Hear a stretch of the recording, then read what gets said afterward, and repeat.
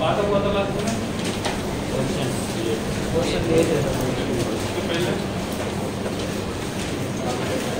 Optical में oxide वाला case optical में ऑक्साइड हाँ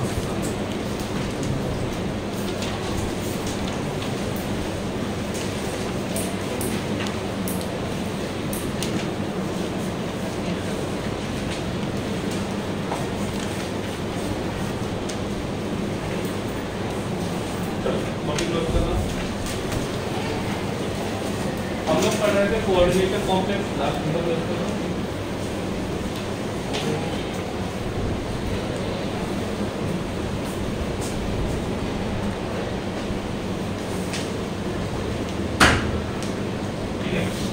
क्या पढ़ रहे थे कोऑर्डिनेशन कंपाउंड।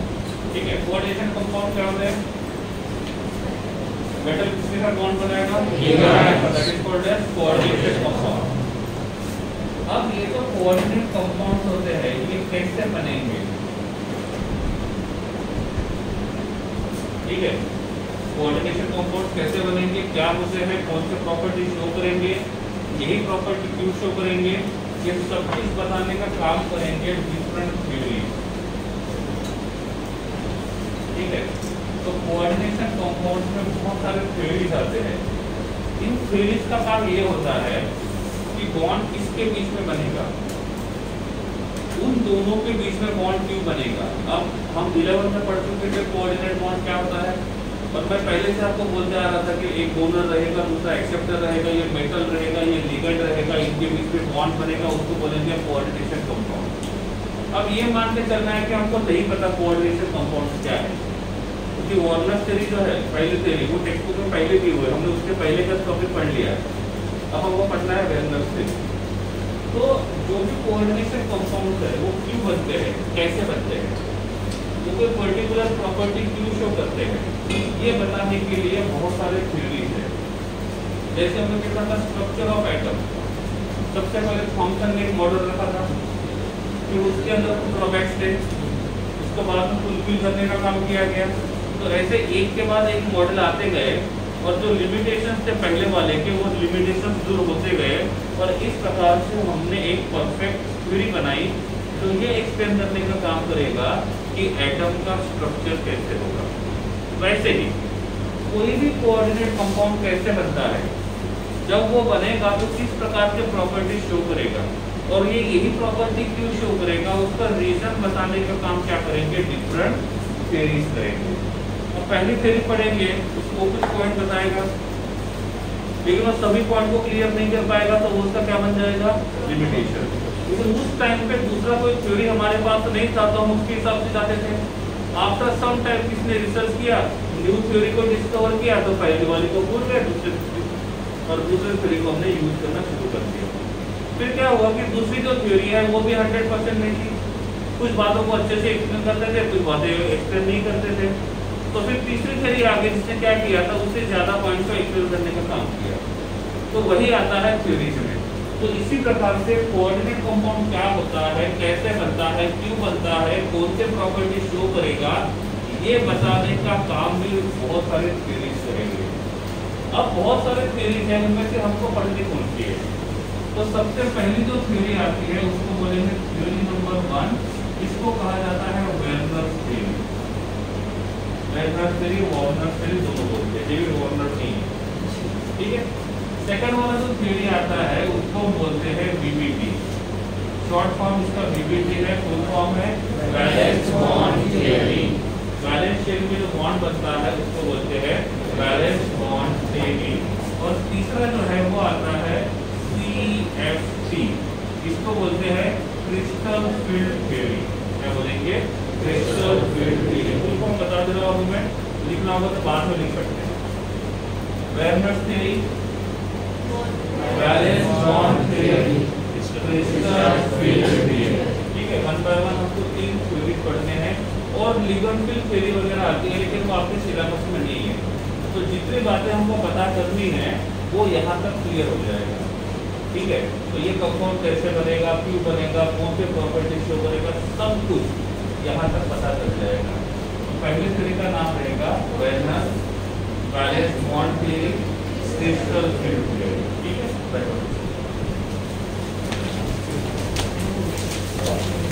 फिर इन जैसे तो theories of coordination compound.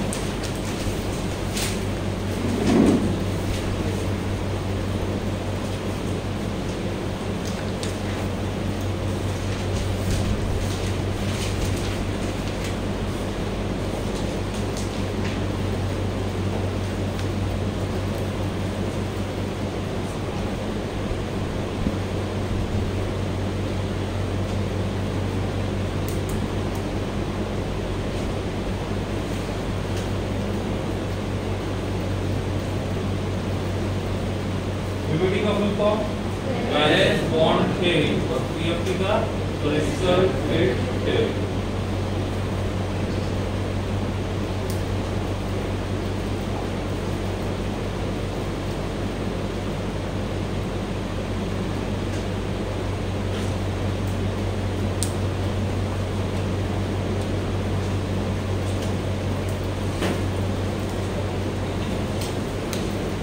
Crystal field theory, ठीक है। देखो capital A, capital A Werner theory,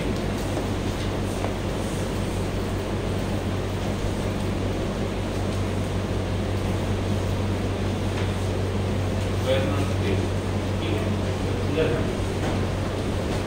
ये जो वेर्नर थ्योरी है, इस थ्योरी को एक्सप्लेन किया गया और एक्सप्लेन करने के लिए जो मॉलिक्यूल उन्होंने दिया था वो था COCl3.6NH3, मतलब COCl3 के साथ NH3 को यूज किया था और इनको यूज करके कॉम्प्लेक्स बनाया था और उस कॉम्प्लेक्स से एक्सप्लेन करने का काम किया था वेर्नर थ्योरी। वेर्नर थ्योरी में पहली बार ये बोला गया था, वेर्नर नाम के साइंटिस्ट ने डिस्कवर किया था और उन्होंने बोला कि जो भी कोई मेटल है वो दो टाइप के लिंकेज शो करेगा, दो टाइप के लिंकेज शो करेगा। एक को उन्होंने बोला था प्राइमरी लिंकेज और दूसरे को उसने बोला था सेकेंडरी लिंकेज और लिंकेज का दूसरा नाम था वैलेंसी। क्या था? वैलेंसी। ठीक है, तो सबसे पहला पॉइंट क्या रहेगा कि वेर्नर थ्योरी ने बताया था कि मेटल के जो लिंकेज रहेंगे वो दो टाइप के रहेंगे, एक को कहेंगे प्राइमरी लिंकेज, दूसरे को कहेंगे सेकेंडरी। इसका दूसरा नाम आता है, एक रहेगा प्राइमरी वैलेंसी और दूसरा रहेगा सेकेंडरी वैलेंसी। पहले इसका लिखो।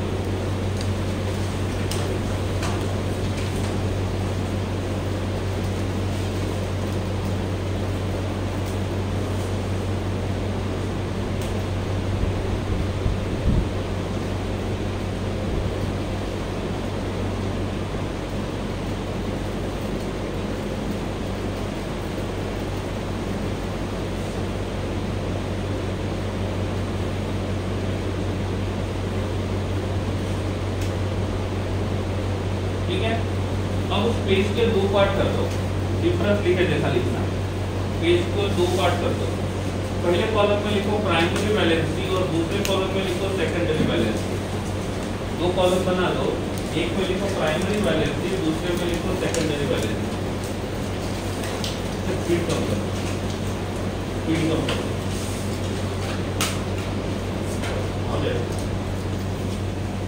प्राइमरी वैलेंसी सेकेंडरी वैलेंसी, पहले पॉइंट्स लिख देता हूं मैं, फिर आपको एक्सप्लेन कर देता हूं। ठीक है, पॉइंट नंबर 1, प्राइमरी वैलेंसी में point number 1, it tells about oxidation state of metal. It tells about oxidation state of metal. ऐसे लिखो कि 3 या 4 मार्क का क्वेश्चन आता है तो आप एग्जाम में लिख पाओ। It tells about oxidation state of metal. इधर लिख दो सेकेंडरी में, it tells about the coordination number of metal. It tells about the coordination number of metal.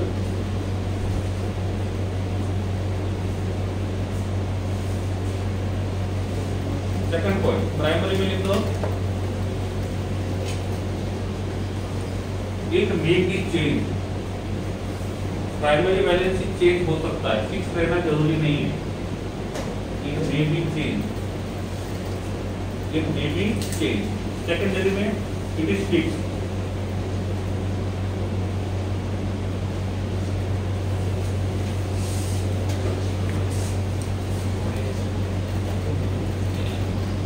पहले वाले ने क्या बोला था, ऑक्सीडेशन स्टेट के बारे में बताएगा, दूसरा वाला कोऑर्डिनेशन नंबर के बारे में बताएगा। प्राइमरी का दूसरा पॉइंट क्या था, इट मे बी चेंज, और इसमें सेकंड पॉइंट क्या था, it is fix. Okay, next point primary में it is satisfied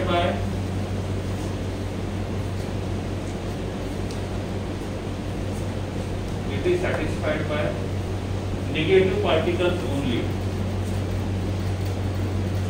negative particles only. इधर लिख दो, it is satisfied by negative and neutral particles, it is satisfied by negative and neutral particles.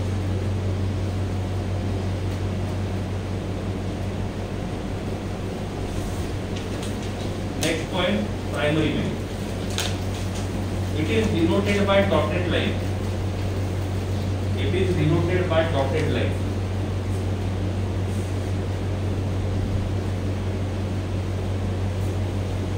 Next वाला भी लिख दो, it is denoted by solid line, it is denoted by solid line।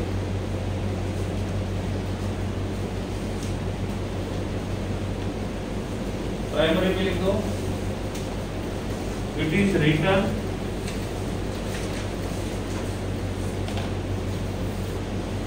outside the square bracket,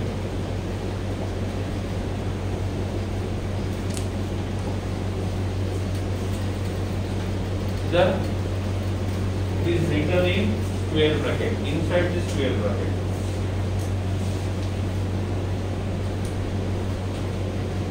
इनमें से कौन ioniser बोलेगा, कौन non ioniser बोलेगा? Primary ionisable, secondary it is ionisable, और दूसरे में it is non ionisable. It is ionisable and दूसरे लिखना इट इज नॉन आयोनाइजेबल।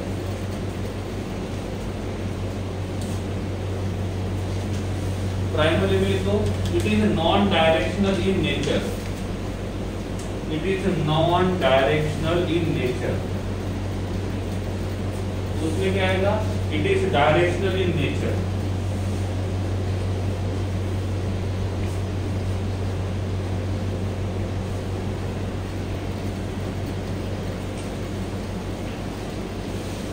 इधर लिख दो प्राइमरी में, it doesn't indicate geometry of molecule, it doesn't indicate geometry of molecule. तो दूसरा क्या पता, क्या बोलेगा, इट इंडिकेट्स जियोमेट्री। कितने पॉइंट हो गए, एक सफिशिएंट है, 4 मार्क्स से ज्यादा क्वेश्चन नहीं है, ठीक है। 10 एक बार रीड करो अच्छे से साइलेंटली।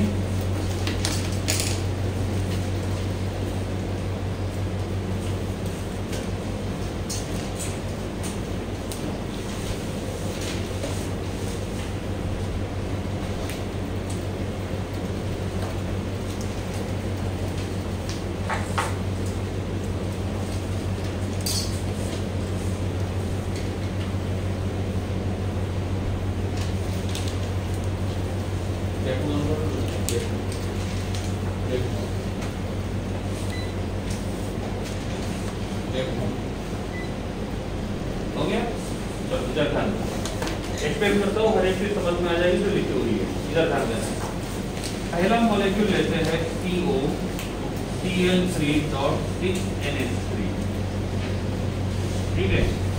यहाँ पे जो CO है, इस CO का ऑक्सीडेशन नंबर है +3 और इसका कोऑर्डिनेशन नंबर है 6, कोऑर्डिनेशन नंबर रहेगा 6, ओके। अब वो ऐसा COCl3 6NH3 को यूज करके हम यहाँ पे मॉलिक्यूल बनाएंगे। तो तो यहाँ पे रहेगा CO, पहले चांस इसको लिगेंड बनने का। कितने हैं? 6। एक कितना बॉन्ड बनाएगा? कितने हैं? 6। कोऑर्डिनेशन नंबर 6, तो ये रहेगा NH3 हो गया। ठीक है, जो इसके साथ है उसको प्रायोरिटी बाद में मिलेगी, ऐसा इन्होंने बोला था। क्यों? उसका रीजन नहीं बताया था। तो उन्होंने बोला था कि जो मेटल के साथ पहले से है उसको एज ए लिगेंड का काम करने के लिए प्रायोरिटी सबसे लास्ट में मिलेगी। इसके अलावा जो इलेक्ट्रॉन रिच है पहला प्रायोरिटी उसको मिलेगा। ठीक है, और ये बॉन्ड कितने बना सकता है? तो यहाँ पे कितने हैं? तो 6 के 6 आ गया। तो होगा क्या? इसका चार्ज, इसका, इसका, तो स्टेबलाइज करने के लिए तो यहाँ पे रहेगा Cl। उन्होंने बोला कि हम इसको यूज करके ये कॉम्प्लेक्स बना सकते हैं। अब मुझे बताओ इसमें लिगेंड्स कितने टाइप के हैं? कौन? एक NH3 कितने बॉन्ड बनाएगा? तो कितने हैं? 6। तो हो गए 6, तो कोऑर्डिनेशन नंबर 6। इसको हम लोग होमोलेप्टिक बोले, heteroleptic? Homoleptic. Why? Because all ligands of same type, तो इसको बोलेंगे होमोलेप्टिक। अब इनमें से कौन आयोनाइजेबल है, कौन आयोनाइजेबल नहीं है? Cl आयोनाइजेबल है और NH3 आयोनाइजेबल नहीं है। ये स्क्वायर ब्रैकेट के अंदर है, ये स्क्वायर ब्रैकेट के बाहर है। तो जब प्राइमरी वैलेंसी की बात कर रहे हैं ना वो, तो indirectly they are telling about the counter ion. But उन्होंने ये वर्ड स्पेसिफाई नहीं किया, लेकिन हम आगे बढ़ चुके हैं इसलिए हमको पता है कि किसी को भी स्टेबलाइज करने का काम जो करेगा उसको बोलेंगे काउंटर आयन। तो इनडायरेक्टली यहाँ पे Cl जो है वो काम किसका कर रहा है? यहाँ पे ये किसका काम कर रहा है? बस कितने लिगेंड्स है? हो गया। अब ये ठहरा स्क्वायर ब्रैकेट के आउटसाइड वाला और ये ठहरा स्क्वायर ब्रैकेट के इनसाइड वाला, और मेटल तो एज इट इज रहेगा, इसके लिए कोई प्रॉब्लम नहीं है। अब मुझे बताओ ये कितने आयंस देगा? 4। कितने कैटायन देगा? कितने अनायन देगा? तो आयंस कितने हो गए? 4। और लास्ट लेक्चर में बताया था conductivity is directly proportional to number of ion, वो बात को ध्यान रखना है। ठीक है, अब उन्होंने क्या बोला था? जो आउटसाइड में रहेगा वो प्राइमरी वैलेंसी और जो इनसाइड में रहेगा वो सेकेंडरी वैलेंसी। तो अमोनिया कितने हैं? 6। और 6 के 6 अमोनिया किसका काम कर रहे हैं? Cl कितने हैं? और तीनों के तीनों Cl किसका काम कर रहे हैं? क्वेश्चन बनता है इसके ऊपर कि इसके पास कितने प्राइमरी वैलेंसी और कितने सेकेंडरी वैलेंसी है। प्राइमरी वैलेंसी कितने हैं? 3 और सेकेंडरी वैलेंसी 6। सेकेंडरी वैलेंसी क्या करेगा? कोऑर्डिनेशन नंबर बताएगा। तो इसका कोऑर्डिनेशन नंबर कितना है? 6, क्योंकि एक लिगेंड एक बॉन्ड बनाएगा, 6 लिगेंड 6 बॉन्ड बनाएंगे। यहाँ तक क्लियर है? उसके बाद इसका काम क्या होगा? इसका काम होगा मेटल का ऑक्सीडेशन नंबर बताने में। एक Cl के ऊपर, 3 Cl के ऊपर, इसके ऊपर ये 0 है तो ये कितना रहेगा? तो इसका काम होता है इस मेटल का ऑक्सीडेशन नंबर बताने के लिए। सपोज मैंने यहाँ पे Cl का क्वांटिटी स्पेसिफाई नहीं किया, तो क्या आप मुझे बता सकते हो मेटल का ऑक्सीडेशन नंबर कितना रहेगा? नहीं बता सकते। इसका मतलब मेटल का ऑक्सीडेशन स्टेट पता करना है, तो ये हेल्प करेगा। ऐसे वर्णन से बोला है। अब हम लोग आगे बढ़ चुके हैं इसलिए हमको लगता है कि ये गलत है, लेकिन मैंने आपको पहले बोला है यही मान के चलना है कि हमको कॉम्प्लेक्स के बारे में कुछ नहीं पता, ब्लैंक है और पहली से हम पढ़ रहे हैं। ठीक है, तो ये किसका काम करेगा? प्राइमरी वैलेंसी, और ये रहेगा सेकेंडरी। काउंटर आयन नाम का वर्ड यूज ही नहीं किया, अभी तक है ही नहीं, अभी तक है ही नहीं। समझ में आ रहा है? अब सेंटर में कौन है? कोऑर्डिनेशन नंबर कितना है? 6। किसके साथ बॉन्ड बना है? तो यहाँ पे रहेगा NH3, यहाँ पे रहेगा दूसरा NH3, यहाँ पे रहेगा तीसरा NH3, यहाँ पे रहेगा चौथा NH3। कितने हो गए? 4। बच्चे कितने? 2। यहाँ पे रहेगा एक NH3 और यहाँ पे रहेगा दूसरा NH3। कितने हो गए? ज्योमेट्री क्या हो गया? तो मैंने आपको बोला था सॉलिड लाइन से कौन शो करते हैं? Primary valency, secondary. और इसीलिए सेकेंडरी वैलेंसी जो है वो क्या करेगा? डायरेक्शनल नेचर को करेगा। डायरेक्शनल का मतलब होता है जिसके ऊपर ज्योमेट्री डिपेंड है, जिसके ऊपर ज्योमेट्री डिपेंड है उसको बोलते हैं डायरेक्शनल, और जिसके ऊपर ज्योमेट्री डिपेंड नहीं रहेगा उसको बोलेंगे नॉन डायरेक्शनल। तो यहाँ पे इसका ज्योमेट्री ऑक्टाहेड्रल है ये बताने का काम प्राइमरी कर रहा है या सेकेंडरी? सेकेंडरी। अब बचा कौन? प्राइमरी। कितने हैं? 3। 1 2, आप कहीं पे भी ड्रॉ कर सकते हो, 3। ठीक है, तो बोला था प्राइमरी वैलेंसी डॉटेड लाइन से, सेकेंडरी वैलेंसी सॉलिड लाइन से। ये जो मैंने डॉटेड निकाला है ये सिर्फ प्लेन बताने के लिए कि कौन प्लेन में है कौन आउट ऑफ प्लेन है, ठीक है, बाकी इसका कोई काम नहीं। तो 6 सॉलिड लाइन है और 3 डॉटेड लाइन है, क्योंकि इसके पास प्राइमरी वैलेंसी कितना है? 3। तो रूल के हिसाब से जो मेटल के साथ पहले से है वो तो प्राइमरी रहेगा, लेकिन ये कैसा रहेगा? सेकेंडरी। कैसा रहेगा? सेकेंडरी। ये प्राइमरी भी हो सकता है, सेकेंडरी भी हो सकता है कंडीशन के हिसाब से। इसमें सभी के सभी सीएल प्राइमरी या सेकेंडरी है? प्राइमरी। तो इस प्रकार से ये रहेगा इसका स्ट्रक्चर। तो ये स्ट्रक्चर वैगनर ने बताया कि ऐसा होना चाहिए स्ट्रक्चर, और इसका ज्योमेट्री होना चाहिए ट्रायंगुलर, सॉरी ऑक्टाहेड्रल। क्या होना चाहिए? ऑक्टाहेड्रल। एक दो एग्जांपल साथ में करवाता हूँ, फिर डाउट देता हूँ मैं आपको, ठीक है।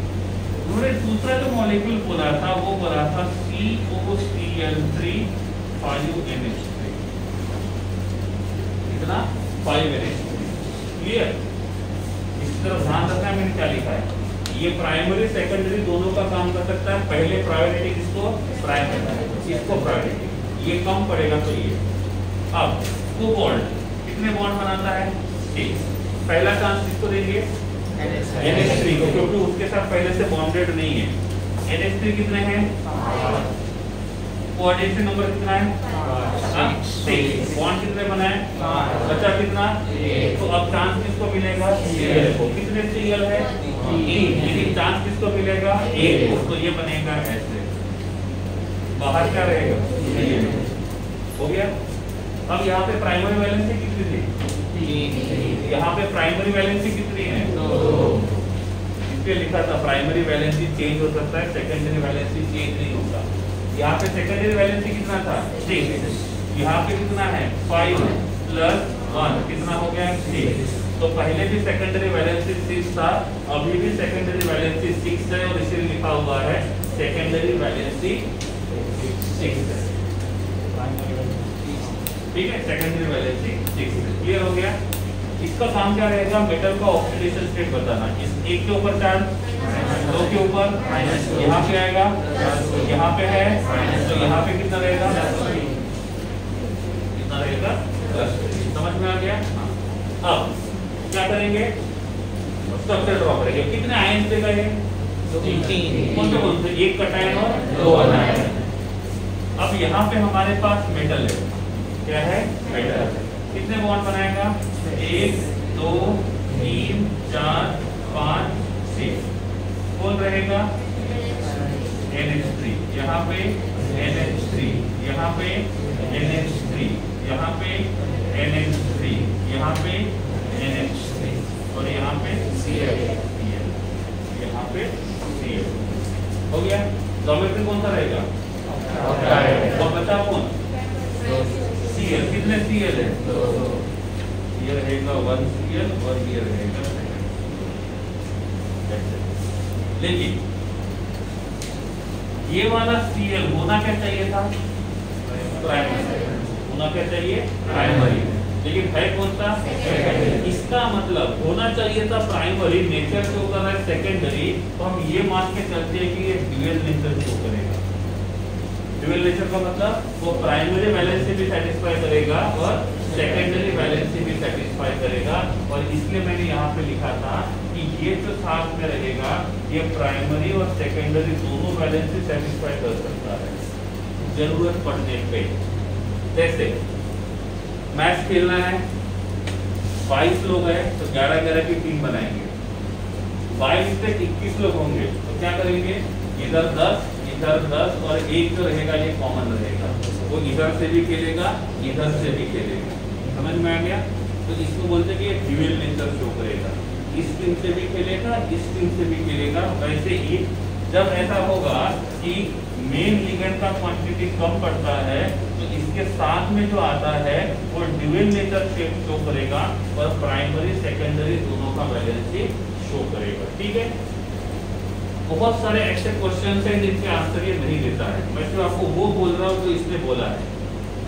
ठीक है, अब क्वेश्चन ये आता है, यहाँ पे क्वेश्चन क्या बनेगा, यहाँ पे क्वेश्चन ये बनेगा इसमें प्राइमरी वैलेंसी कितनी है,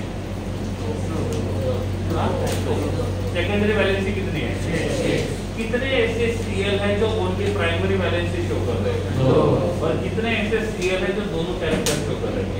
तो ये वाला जो रहेगा ये ड्यूअल नेचर शो करेगा, प्राइमरी वैलेंसी सेकेंडरी वैलेंसी दोनों का काम करेगा। ठीक है, ये आयंस कितने देगा 4, ये कितने देगा 3, इसका कंडक्टिविटी ज्यादा, इसका कंडक्टिविटी कम। इसने तीसरा जो मॉलिक्यूल बनाया था ये कर सकते हो, क्या होगा COCl3 4 moles of NH3, 4 moles of NH3 क्या होगा CO NH3/4 Cl2 Cl। हो गया, क्लियर है। इनमें से कौन ऐसा है जो ओनली प्राइमरी वैलेंसी शो कर सकता है, कौन ऐसा है जो ओनली सेकेंडरी करेगा, कौन ऐसा है दोनों शो कर सकता है, तो इसके पास दोनों पॉसिबिलिटी है, वो प्राइमरी सेकेंडरी कंडीशन के हिसाब से दोनों वैलेंसी शो करेगा। ये कौन से है सेकेंडरी और ये कौन सा है प्राइमरी। स्ट्रक्चर कैसे ड्रॉ करेंगे, M 1 2 3 4 5 6, यहाँ पे लिखा मैंने NH3, यहाँ पे लिखा NH3, यहाँ पे लिखा NH3, यहाँ पे लिखा NH3, यहाँ पर रहेगा Cl और यहाँ Cl। अब प्राइमरी वैलेंसी Cl ड्रॉ करते हैं, जरूरी नहीं कि दोनों Cl साथ में लिखो, आप दूर भी लिख सकते हो, वो आपका आप अपने हिसाब से जा सकते हो। यहाँ पे जो Cl रहेगा कौन सा, प्राइमरी सेकेंडरी। ऐसे दो लोग हैं जो दोनों काम कर रहे हैं,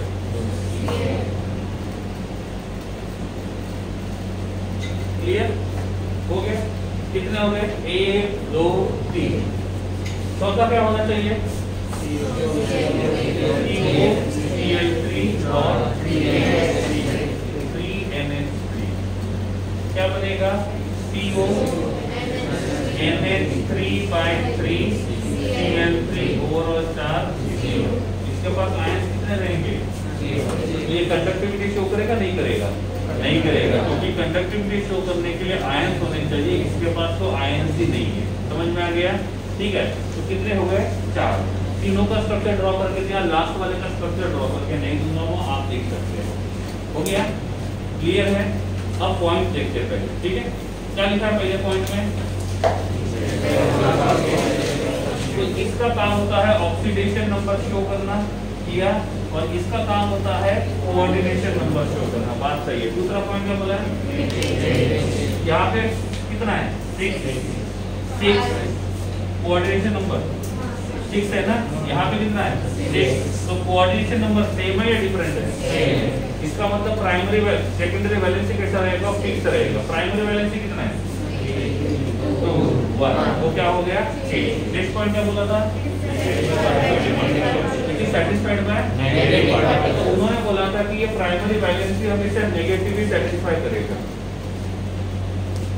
कौन शो करेगा नेगेटिव, और सेकेंडरी वैलेंसी न्यूट्रल भी हो सकता है नेगेटिव भी हो सकता है। अमोनिया जो है वो न्यूट्रल है और Cl जो है वो नेगेटिवली चार्ज है।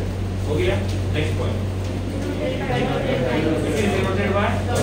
तो यहाँ पे देखो प्राइमरी वैलेंसी 3 है, 3 डॉटेड लाइन, यहाँ पे 2 डॉटेड लाइन, यहाँ पे 1 डॉटेड लाइन, उसमें क्या लिखा था सॉलिड लाइन से शो करेंगे, ठीक है। और देखो ये आउटसाइड द ब्रैकेट है, ये इनसाइड द ब्रैकेट है, outside the bracket, inside the bracket, और आयोनाइजेबल जो बाहर रहेगा वो आयोनाइज होगा, जो अंदर रहेगा आयोनाइज नहीं होगा। तो प्राइमरी वैलेंसी का और ज्योमेट्री का कोई रिलेशन नहीं है, रिलेशन किसका है सेकेंडरी का, तो सेकेंडरी के हिसाब से ज्योमेट्री शो करेंगे। इसका ज्योमेट्री ऑक्टाहेड्रल है, ये बताने के लिए ये सॉलिड लाइन काफी है, डॉटेड लाइन का कोई यूज नहीं है, और ज्योमेट्री नहीं हो गया और कुछ, ठीक है। अब बोलो हाँ 7NH3 नहीं होता, उन्होंने जिसके लिए डिस्कवर किया वही लिखा हुआ है। उन्होंने इसके बारे में एक और कंपाउंड था जिसका नाम था शायद PuSO4.4 moles of NH3 ऐसा, ठीक है। लेकिन ये सिलेबस में इसके हिसाब से आगे जाएंगे, इसके हिसाब से नहीं जाएंगे। और सर ये फोर्थ वाले में प्राइमरी वैलेंसी तो जीरो है, तो फिर प्राइमरी वैलेंसी जीरो रहेगी। तो सर वो उसका ऑक्सीडेशन स्टेट कैसे ढूंढेंगे? ऑक्सीडेशन स्टेट कैसे ढूंढेंगे? सिंपल, ओवरऑल चार्ज जीरो है, Cl की ऊपर माइनस है, ये जीरो रहेगा तो ये प्लस। सर उसमें सेकेंडरी यूज करनी पड़ेगी या फिर ये तीनों जो रहेंगे वो दोनों में बोथ नेचर शो करेंगे? Cl3 है, हाँ, ये Cl3 जो रहेगा वो ड्यूअल नेचर शो करेगा, लेकिन जो स्क्वायर ब्रैकेट के अंदर चला गया भाई, भले वो ड्यूअल नेचर शो कर रहा है, लेकिन हमारे हिसाब से सेकेंडरी ज्यादा शो करेगा, प्राइमरी कम शो करेगा। जो अंदर चला गया वो सेकेंडरी रहेगा इनडायरेक्ट। तो सर वो तो ऐसा नहीं कह सकते कि सेकेंडरी की वजह से हमें ऑक्सीडेशन स्टेट मिला? नहीं, ऐसा नहीं है। मतलब उन्होंने ये बोला है, मतलब उन्होंने बोला है कि जो बाहर होता है ना, उससे हमको ऑक्सीडेशन स्टेट पता चलेगा, ऐसा बोला हुआ है, ठीक है। और सेकेंडरी ड्यूअल नेचर शो करेगा, लेकिन इसको काउंट सेकेंडरी में करेंगे, प्राइमरी में। और ठीक है, बहुत सारी बातें ऐसी जो समझ के बाहर है, लेकिन थ्योरी है, मैंने बता दी कि ऐसे ऐसे काम करेगा, ठीक है। क्लियर हो गया? एग्जांपल लिख सकते। देखो कुछ बातें मैं क्लियरली बोल दे रहा हूँ। पहले क्या क्या ड्रॉबैक हो सकते हैं। पहली बात, इसने ये नहीं बताया कि ज्योमेट्री इसके ऊपर ही क्यों डिपेंड है। दूसरा, इसने ये नहीं बताया कि ये कॉम्प्लेक्स डायमैग्नेटिक रहेगा कि पैरामैग्नेटिक रहेगा। इसने ये भी नहीं बताया ये मॉलिक्यूल कलर कौन सा शो करेगा, और कलर शो करेगा तो क्यों करेगा, क्यों कलर शो करते हैं वो मैंने आपको बताया, इसलिए मैंने आपको बोला था पूरा ब्लैंक होकर बैठना है। इसने अभी तक ये बताया भी नहीं कि डी ट्रांजिशन क्या होता है। जब डी ट्रांजिशन क्या होता है ये बताया ही नहीं है, तो हम कैसे बोलेंगे कलर शो करेगा। लेकिन ये वाला मॉलिक्यूल कलर शो करता है, तो क्यों शो कर रहा है ये भी नहीं बता रहा है। तो ये कुछ लिमिटेशन है उसकी। एक बात और, इसने बोला था कि स्क्वायर ब्रैकेट के बाहर जो रहेगा वो प्राइमरी, और प्राइमरी हमेशा नेगेटिव रहेगा। जरूरी नहीं है, हमने पॉजिटिव वाला भी देखा था, तो इसने कंसीडर नहीं किया है। दीज आर सम लिमिटेशन, ठीक है। पहले ये एग्जांपल लिख लो, फिर लिमिटेशन बताता हूँ।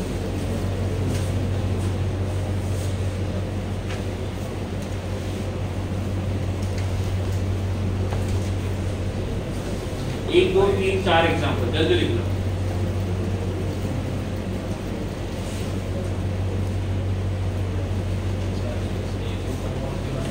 हाँ, दो ही कंपाउंड के बारे में।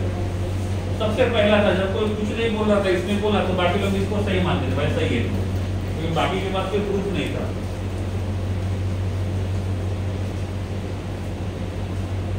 और रियल बताऊं तो इसका कुछ काम नहीं है, सिर्फ 2 मार्क को लिखने की सिवा पूरे चैप्टर में कुछ काम नहीं है, नथिंग।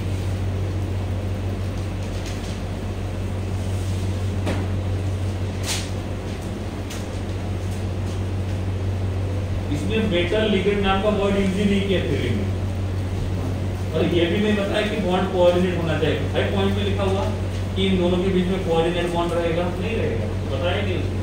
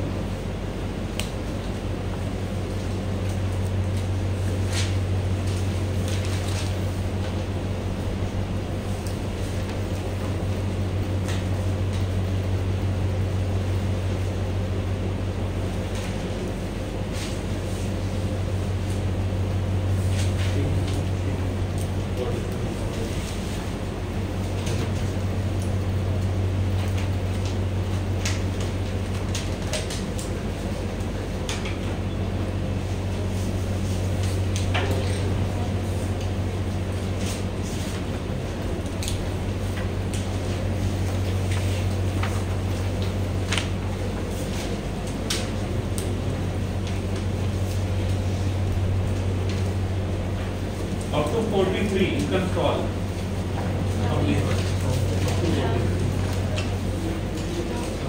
डाउट एक को रिजॉल्व कर दूंगा मैं।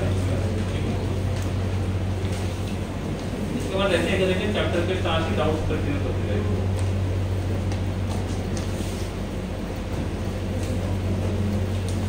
डन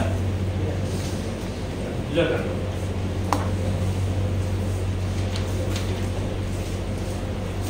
अब एक टेबल में क्वेश्चन बनता है तो इसे वो बता देता हूँ मैं, ठीक है। तो रेडी, यहाँ हमने क्या लिखा, CO NH3 by 6 Cl3। Suppose मैं यहाँ रिएक्शन करता हूँ AgNO3 का, इसका AgNO3 का, तो मुझे कितने मोल्स ऑफ AgNO3 चाहिए?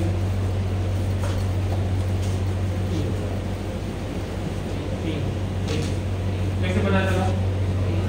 ये वाला कॉम्प्लेक्स जो है ये डिसोसिएट होगा किसमें? ये रहेगा कॉम्प्लेक्स जिसके ऊपर चार्ज रहेगा +3, यहाँ रहेगा Cl minus Cl minus Cl minus, ये Ag+1 किसके साथ जाएगा? Cl के साथ, और ये NO3 -1 क्या करेगा? स्टेबलाइज करेगा। तो कितने Cl बाहर निकलेंगे? तो एक Ag के साथ कितना Cl जाएगा? तो 3 Cl के लिए कितने Ag चाहिए? तो AgCl कितने चाहिए? AgNO3 कितने चाहिए? तो यहाँ हमको क्या मिलेगा? Square bracket CO NH3 by 6 square bracket के बाहर रहेगा NO3/3, साथ में 3 मोल्स ऑफ AgCl, और ये PPT फॉर्म करेगा प्रेसिपिटेट। तो क्वेश्चन ये पूछा जाएगा, इस कॉम्प्लेक्स का रिएक्शन हम AgNO3 के साथ करेंगे तो वो कितने मोल्स ऑफ प्रेसिपिटेशन फॉर्म करेगा? कितने? 3। इनके साथ रिएक्शन करेंगे तो हाँ, तो यहाँ पे AgNO3 कितने लगे? यहाँ कितने लगे? यहाँ कितने लगे? यहाँ कितने लगेंगे? यहाँ कितने लगेंगे? और यहाँ कितने लगेंगे? एक क्वेश्चन ऐसे भी बनेगा। क्वेश्चन ये पूछा जाएगा, how many moles of AgNO3, ऐसा दूसरा एग्जांपल भी आएगा। तो ये पूछा जाएगा कितने मोल्स ऑफ प्रेसिपिटेशन मिलेंगे? कितने मोल्स मिले? 3 2 1 0। और यहाँ पे क्वेश्चन ये भी आएगा, कौन कंडक्टिविटी शो करेगा, कौन कंडक्टिविटी शो नहीं करेगा, और करेगा तो किसका कंडक्टिविटी ज्यादा रहेगा और किसका कंडक्टिविटी कम रहेगा। नहीं समझा? चलिए आगे लिमिटेशन।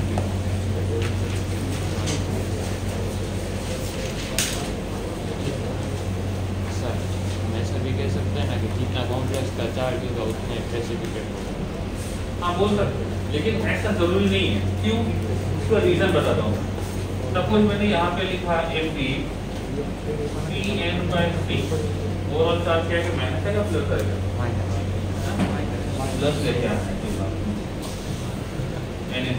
अपने हाथ से बना सकते हैं। ओवरऑल चार्ज मुझे चाहिए +4। कितना चाहिए? +4। तो इसका ऑक्सीडेशन नंबर कितना होना चाहिए? +4। ये रहेगा +4। चार्ज कितना है? चार्ज कितना है? +4। अब सपोज मैंने यहाँ पे लिख दिया कि मेरे पास है SO4, तो ये कितने मोल्स देगा? 2 मोल्स। चार्ज कितना है? 4। लेकिन मोल्स कितने मिले? 2। ठीक है, ये कंसेप्ट ठीक है, ट्रिक नहीं, गलत भी हो सकती है। जैसे एक ट्रिक कौन सी है? जितने लिगेंड्स रहेंगे उतना कोऑर्डिनेशन नंबर रहेगा। गलत है वो, तो तब ना जब मोलर रिलेटेड रहेंगे, बाइलेटरल में तो उल्टा हो जाएगा। ठीक है, लिमिटेशन। पहला, no information about coordinate bond, how coordinate bond form. No information about how coordinate bond form. इसने ये नहीं बताया कि कोऑर्डिनेट बॉन्ड कैसे बना।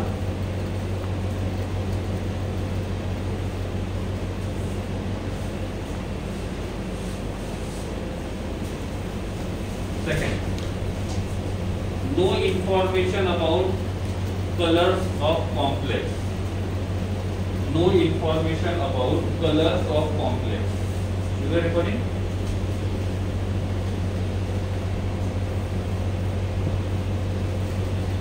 Next, no information about magnetic property.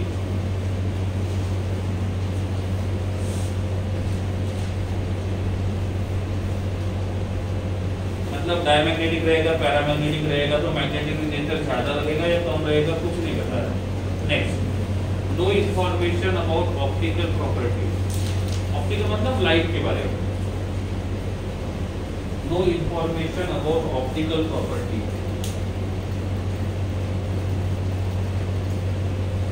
क्या इसने हाइब्रिडाइजेशन के बारे में कुछ बोला? कि ये ऑर्बिटल मिक्स होंगे और इतना होगा? नहीं। तो देखो, no idea about and no information about hybridization. ये जो थियरी अपन बताएंगे मोनोडेंडेंट के लिए है, मोनो के लिए बताया था। And last one, no information about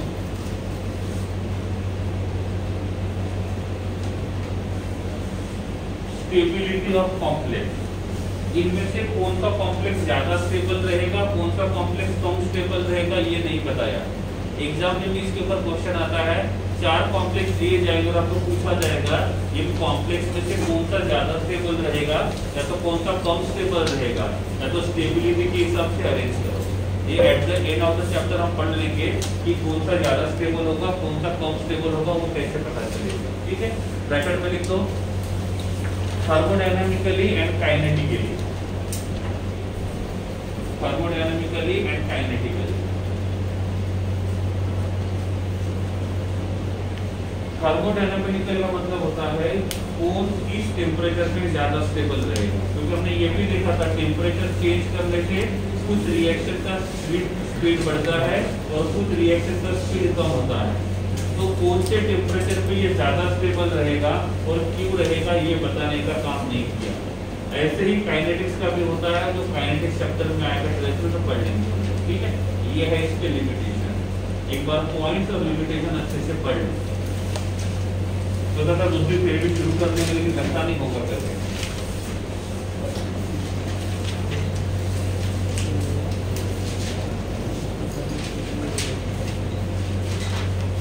लिखना ऐसे कि एग्जाम के टाइम पे टेक्स्ट बुक से पढ़ने की जरूरत ना पड़े।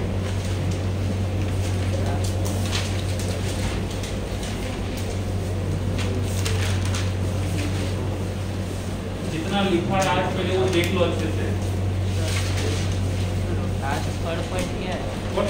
लास्ट थर्ड पॉइंट समझाओ ना। कौन सा? लास्ट थर्ड पॉइंट पढ़ो। No information about optical property. Optical property का मतलब होता है जब ये लाइट के प्रेजेंस में कैसा बिहेवियर शो करेगा। या तो ऑप्टिकल आइसोमेरिज्म से भी देख सकते हैं कि ये मॉलिक्यूल पीसीएल लाइट को रोटेट करेगा कि नहीं करेगा। अदरवाइज नॉर्मली क्या होता है, तो पर्टिकुलर कंपाउंड जो होता है वो पर्टिकुलर वेवलेंथ का लाइट एब्सॉर्ब करेगा। तो ये इतने ही वेवलेंथ का लाइट क्यों एब्सॉर्ब करेगा ये नहीं बताया। ये बोला कि ये एब्सॉर्ब कर सकता है, लेकिन कितना करेगा, क्या करेगा, कुछ इंफॉर्मेशन नहीं है।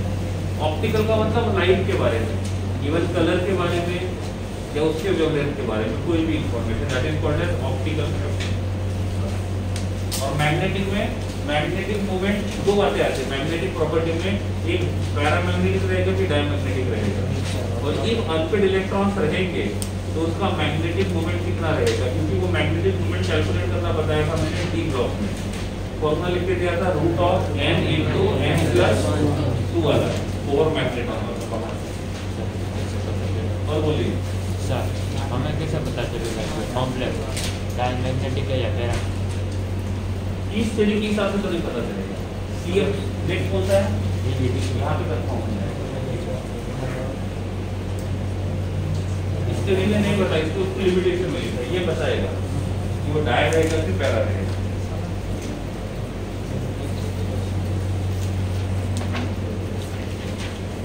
डन, टेक्स्ट बुक निकालो। स्टार्टिंग में होगा वेबर्स थ्योरी।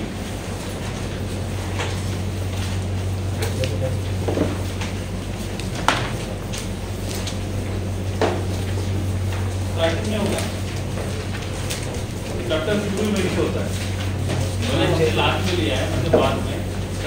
वहीं पे होता है। निकाल लिया। देखो पहले वाले पैराग्राफ में लिखा होगा कि वेंडर ने शो किया है प्राइमरी वैलेंसी क्या होती है, सेकेंडरी वैलेंसी क्या होती है, उस हिसाब से। ठीक है। नेक्स्ट में देखो उन्होंने 1 मोल कंपाउंड लिया है, वो कलर कौन सा शो करेगा वो लिखा हुआ है, लेकिन कलर के बारे में कोई नहीं इंफॉर्मेशन बताया। ठीक है। कितने मोल ऑफ AgCl मिलेंगे वो भी लिखा हुआ है, 3 मोल, 2 मोल, 1 मोल एंड 1 मोल। ठीक है। ओके।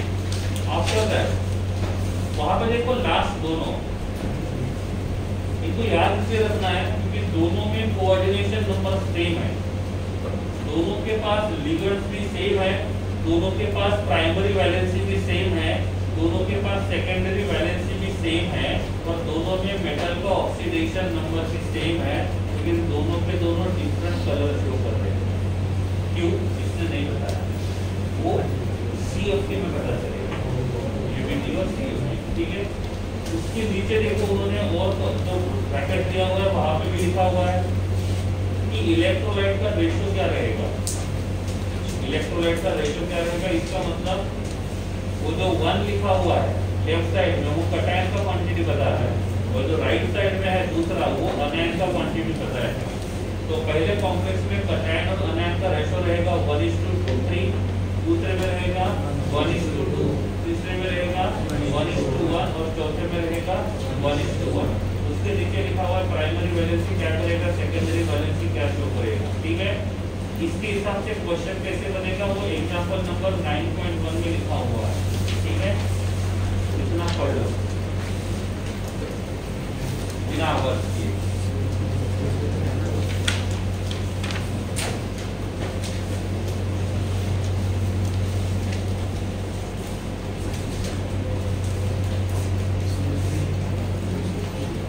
उन्होंने वैसा शो किया हुआ है क्योंकि वो आयनिक फॉर्म में है, आयंस दिखाने के लिए उन्होंने वैसा शो किया हुआ है। जब न्यूट्रल फॉर्म में लिखना होता तो वो Cl3 लिखते। इधर ध्यान दो, यहाँ पे जो मैंने मॉलिक्यूल लिखा है उसको दो तरीके से रिप्रेजेंट करते हैं। पहला CONH3/6 एंड Cl3, ये न्यूट्रल के फॉर्म में शो किया हुआ है, लेकिन एक मुझे ये आयंस के फॉर्म में दिखाना है तो इसको लिखना होगा CONH3/6 overall charge +3 and 3 moles of Cl- ionic form में। लेकिन नॉर्मली हम लिखते कौन सा है, न्यूट्रल वाला। तो इस चीज का आप सभी के चार्ज स्पेसिफाई करते हो अलग अलग तो ऐसा लिख सकते हो, लेकिन जो भी IUPAC से नॉमेनक्लेचर में आता है या तो आइसोमेरिज्म में तो ऐसा या ये नहीं आता है।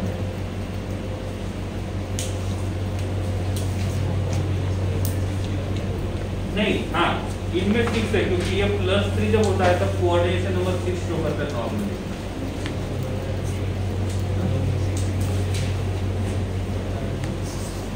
क्या बोला आपने? हाँ देखो हर किसी का ऑक्सीडेशन स्टेट के हिसाब से अलग अलग होता है। नॉर्मली ऐसा होता है +3 वाला 6 बॉन्ड बनाता है और +2 वाला जो रहेगा वो 4 बॉन्ड बनाता है, ऐसा होता है। हर मेटल का कैपेसिटी अलग अलग होता है तो हम देख के बता नहीं सकते, इसलिए उन्होंने क्या किया हुआ है वो बताने के लिए उन्होंने ये सब किया हुआ है ताकि इससे आप लोग फॉर्मूला बना सको। अब डायरेक्टली ये बात नहीं बोल सकते कि 2 बनाएगा, 4 बनाएगा, 6 बॉन्ड बनाएगा। वो 4 बॉन्ड भी बना सकता है, 6 बॉन्ड भी बना सकता है, 6 से ज्यादा नहीं बनाएगा। जो एग्जांपल है 9.1, वहाँ पे सेकेंडरी वैलेंसी कैसे पता चलेगी ये समझने के लिए क्वेश्चन को पढ़ो और जो वैल्यू दी है राइट साइड के कॉलम में वहाँ से आपको पता चलेगी कि वो बॉन्ड्स कितने बनाएगा। वो वैल्यू किसके दी है, आयंस की, AgCl। हाँ तो वहाँ से आपको पता चलेगा कि उसके ऊपर का ओवरऑल चार्ज कितना आएगा, और उतना ओवरऑल चार्ज करने के लिए आपको ये देखना होगा कि वो बॉन्ड कितने बनाएगा, 4 बॉन्ड बनाएगा या 6 बॉन्ड बनाएगा।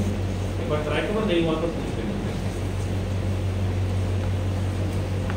मतलब उन्होंने ये सोच बोला है कि आपको जो गिवन है उसको यूज करके ऐसा कॉम्प्लेक्स बनाना है जो उतने मोल्स ऑफ AgCl जिसको लगेंगे या उतने मोल्स ऑफ AgCl मिलेंगे।